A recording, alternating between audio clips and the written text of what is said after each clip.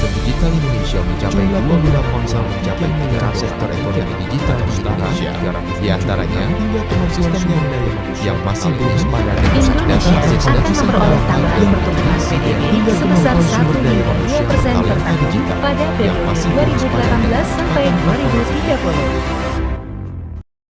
Tahun 2030 adalah tahun di mana banyak negara di dunia menjadikannya sebagai target kesuksesan.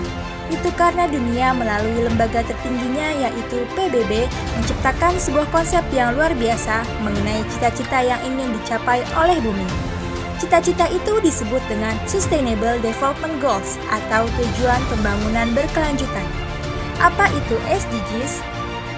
SDGs atau Tujuan Pembangunan Berkelanjutan adalah sebuah program yang bermaksud menciptakan kualitas hidup yang lebih baik, meningkatkan kesejahteraan masyarakat, mendorong pertumbuhan perekonomian, serta menjaga ekosistem agar tetap seimbang. Dengan 17 program yang merupakan komitmen global dan nasional, dengan salah satu aspeknya adalah mendorong pertumbuhan ekonomi agar tercipta masyarakat yang lebih sejahtera dan kehidupan dunia yang lebih baik.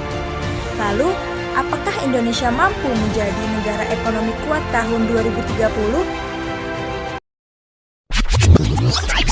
Indonesia saat ini termasuk dalam kategori negara berpenghasilan menengah ke bawah. Pada tahun 2020, pendapatan per kapita Indonesia dilansir dari situs katadata.co.id adalah 3.870 US dollar. Dalam kategori PDB atau produk domestik bruto, dilansir dari situs cnbc.com, Indonesia berada di peringkat 16 dunia dengan nilai PDB mencapai 932 miliar dolar. Lalu, pertumbuhan ekonomi Indonesia sebelum COVID-19 selama 10 tahun terakhir stagnan di kisaran 5-6% per tahun. Dengan data-data tersebut masih terbuka banyak kemungkinan untuk Indonesia menjadi negara maju 2030. Terlebih lagi, ada beberapa lembaga yang mengatakan bahwa Indonesia menjadi salah satu kekuatan besar pada tahun 2030. Salah satunya, pada tahun 2019, Standard Chartered plc merilis proyeksi jangka panjang yang mengatakan bahwa Indonesia berada di urutan keempat dalam negara dengan ekonomi terbesar di dunia pada tahun 2030. Pada tahun 2025 mendatang, Industri 4.0 Indonesia akan berkontribusi terhadap PDB Indonesia sebesar 133 miliar US dollar dan hal ini didukung oleh 185 juta penduduk Indonesia yang telah menggunakan layanan internet. Nah, tentunya hal ini akan mengantarkan Indonesia menuju 10 besar negara ekonomi kuat dunia pada tahun 2030 mendatang. Namun, dalam hal ini kita juga perlu memperhatikan berbagai asumsi terkait proyeksi-proyeksi tersebut. Dalam laporan MGI telah disebutkan bahwa terdapat dua syarat untuk merealisasikan potensi perekonomian Indonesia, yang mana dengan cara meningkatkan produktivitas perekonomian dan juga memperbaiki kesenjangan perekonomian Indonesia. Mewujudkan prediksi tersebut tentunya dibutuhkan seorang profesi yang mampu memahami, mengelola, mengolah, menganalisa, serta memberikan informasi terkait ekonomi, baik ekonomi publik, entitas, serta pribadi.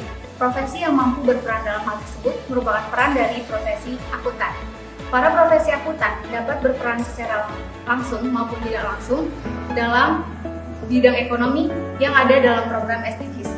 Program SDGs yang berhubungan dengan bidang ekonomi yaitu yang pertama, yang kedua, yang ketiga, yang keempat, dan yang terakhir.